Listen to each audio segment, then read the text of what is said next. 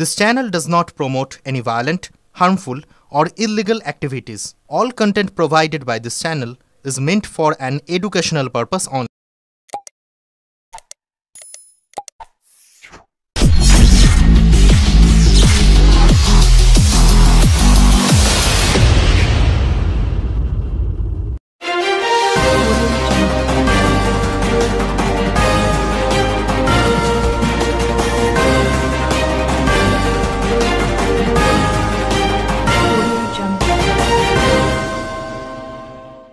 Supreme কোর্টের 52তম প্রধান বিচারপতি হিসেবে শপথ নিলেন বিচারপতি বি.আর. গাভাই।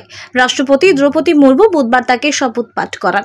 প্রথম বৌদ্ধ হিসেবে প্রধান বিচারপতির পদে বসলেন তিনি। বিচারপতি বি.আর. গাভাই প্রাক্তন প্রধান বিচারপতি সঞ্জীব খান্নার স্থলাভিষিক্ত হলেন। তিনি 23 নভেম্বর পর্যন্ত অর্থাৎ 6 মাসের বেশি সময় এই পদে থাকবেন।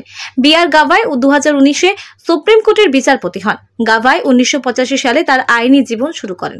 1987 সালে বোম্বে হাইকোর্টে স্বাধীনভাবে প্র্যাকটিস শুরুর আগে তিনি প্রয়াত রাজা এস ভোসলের সঙ্গে কাজ করতেন। 2019-এ সুপ্রিম কোর্টের বিচারপতি হন।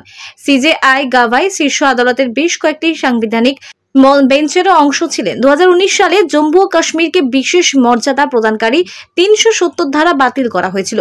2023 সালের ডিসেম্বরে কেন্দ্রের এই সিদ্ধান্তকে বহাল রাখার বিশেষ নির্দেশ দিয়েছিল 5 বিচারপতির সাংবিধানিক বেঞ্চ।